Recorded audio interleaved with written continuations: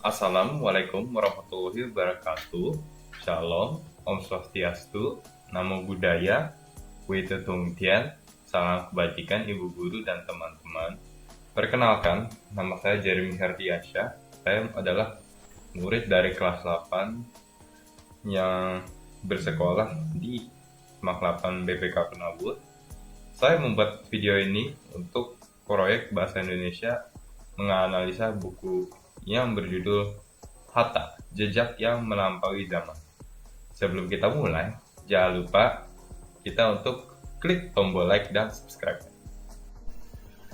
Tahukah kamu bahwa Hatta itu hanya diketahui sebagai wakil presiden Indonesia saja yang pertama yang mewakilkan Soekarno.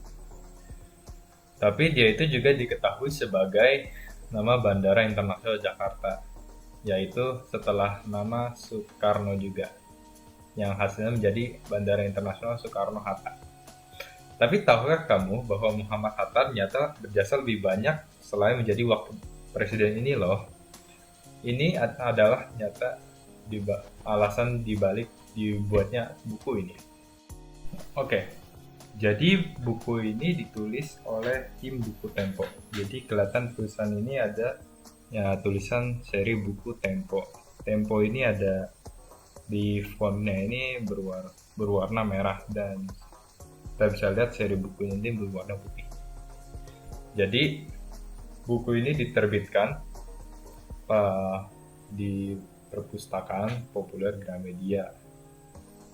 Jadi kalian harusnya pasti tahu lah ya kalau misalkan Gramedia itu tempat bukunya di mana aja pasti ada. Buku ini dirilis pada tanggal 1 September 2010 dan juga memiliki 80 halaman. Jadi lumayan banyak ya. Tapi sebenarnya di buku ini juga covernya itu berwarnanya merah tua ya. Jadi cover merah tua, font Hattanya gede berwarna kuning.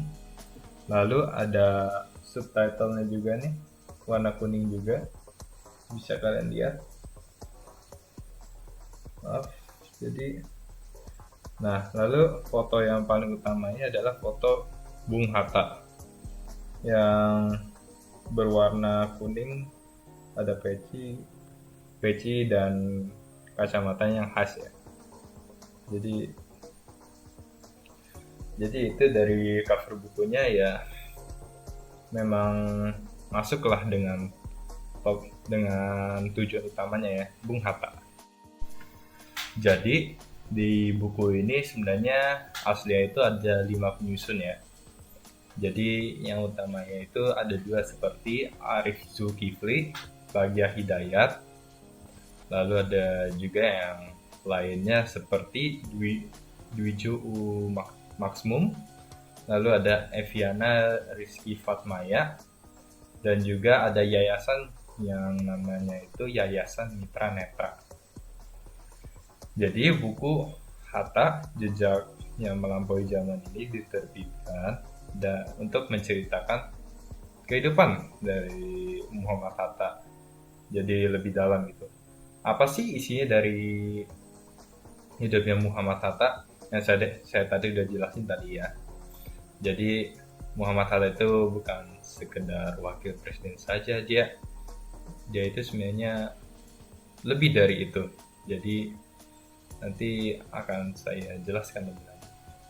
Jadi pertama kali itu saat Bung Hatta sejak kecil itu, dia itu pernah diberi buku oleh pamannya, 3 buku. Jadi saat pertama kali ia membaca buku, dia merasa itu bisa pergi ke mancanegara dan juga berbicara dengan tokoh-tokoh dunia. Lalu saat ia berkuliah di Universitas Erasmus di kota Rotterdam di Belanda, dia itu diledeki dan diajak teman-temannya karena dia itu memiliki ketertarikan yang lebih di membaca buku daripada ketertarikannya kepada perempuannya. Jadi suatu hari teman-temannya itu menjebaki dia dan yang membuatnya itu dia berkencan dengan wanita lain di universitasnya ya. Tapi Bung Hatta itu tidak tertarik, dan juga ia ingin Indonesia agar merdeka dulu, baru ia ingin menikah. Dan lalu yaitu membuat organisasi Perhimpunan Indonesia yang tujuannya itu mengkritik Belanda. Lalu, saat itu Belanda lalu membuat Bung Hatta itu ditangkap dan juga yaitu dipenjara. Lalu kritik-kritiknya pun itu, beritanya itu sampai ke Indonesia, yang membuat Soekarno itu tahu. Lalu Soekarno itu akhirnya bertemu dengan Bung Hatta, lalu Bung Hatta pun dan Soekarno itu bekerja sama. Lalu saat Indonesia itu merdeka, Soekarno bilang bahwa itu dia ingin menjadi presiden seumur hidup. Lalu Hatta pun menjawab, diktator yang bergantung pada kewibawaan orang seorang tidak lama umurnya. Tapi Bung Hatta itu sebenarnya masih tetap loyal dengan Soekarno. Dan sampai Soekarno meninggal pun, dia tetap berada bersama Soekarno sampai nafas terakhir. Jadi setelah membaca buku ini, ada beberapa keistimewaan dan hal yang menarik tentang tokoh Bung Hatta ini loh. Seperti Bung Hatta itu menggantikan sila 1 yang sebelumnya itu ketuhanan dengan kewajiban menjalankan syariat-syariat Islam bagi pemeluknya, diganti menjadi ketuhanan yang Maha Esa. Dan sejak Bung Hatta kecil, yaitu bisa dibilang seorang perfeksionis ya. Jadi saat dia masih kecil itu, dia tidak suka mendengar pelajaran, dan juga saat kelas itu dia tidak terlalu suka untuk fokus dengan pelajaran. Tapi saat dia menanya dan orang tersebut menjelaskan, yaitu bisa memasukkan hal-hal tersebut ke dalam otaknya yang dijelaskan oleh orang tersebut. Jadi dia itu langsung mendengarnya dengan jelas dan juga memahami. Lalu Bung Hatta ini sebenarnya bisa berbicara banyak sekali bahasa, seperti bahasa Inggris, bahasa Jerman, dan juga bahasa Belanda. Dan juga yang saya ceritakan tadi, saat Bung Hatta kecil, dia itu pernah diberi 3 buku oleh pamannya. Sampai sekarang, dan dia itu juga suka membaca buku dan juga menulis buku dan menulis surat juga. Lalu saat dia di penjara, dia berbicara bahwa ya sebenarnya boleh saja di penjara, asalkan dia bisa membawa buku di penjara.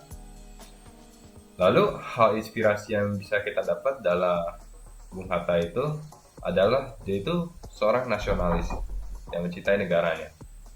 Bung Hatta itu juga suka membaca buku dan juga menulis surat dan menulis buku ya. Dan dalam inspirasi itu anak-anak bisa menambah literasi mereka ya. Dan anak-anak penerus bangsa bisa mengambil inspirasi tersebut. Bung Hatta itu juga menghargai agama lain, karena dia itu saat yang saya bicarakan tadi, dia itu mengganti sila ke-1 yang sebelumnya diganti menjadi sila ke-1 yang sesudahnya ya. Nyata Bung Hatta itu sebenarnya menghargai agama-agama lainnya seperti Kristen, Buddha, dan selain itu ya.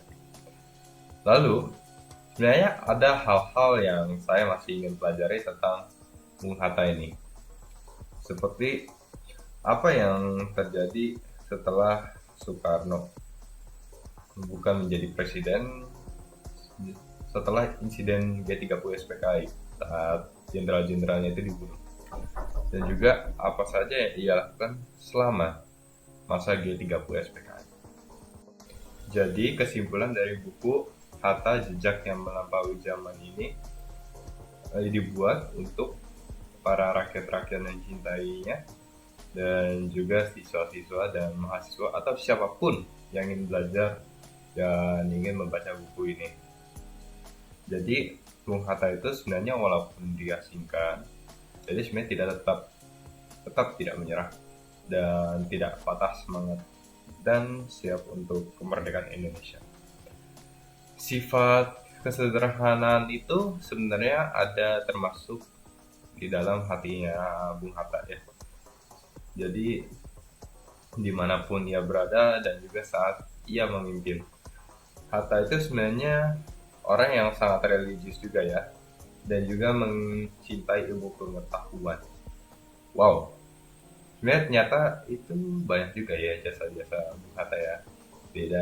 Tidak hanya menjadi wakil presiden atau nama bandara saya, dan ternyata itu sebenarnya banyak jadi jasanya. Dan seluruh analisis biografi kali ini sampai di sini aja ya. Terima kasih telah menonton video saya ini dan semoga video ini bermanfaat untuk kalian ya. Terima kasih dan jangan lupa untuk like dan subscribe. Sampai jumpa. Assalamualaikum warahmatullahi wabarakatuh. Shalom. Om Swastiastu. Namo Buddhaya. Wite Tungkian. Dan salam kebajikan.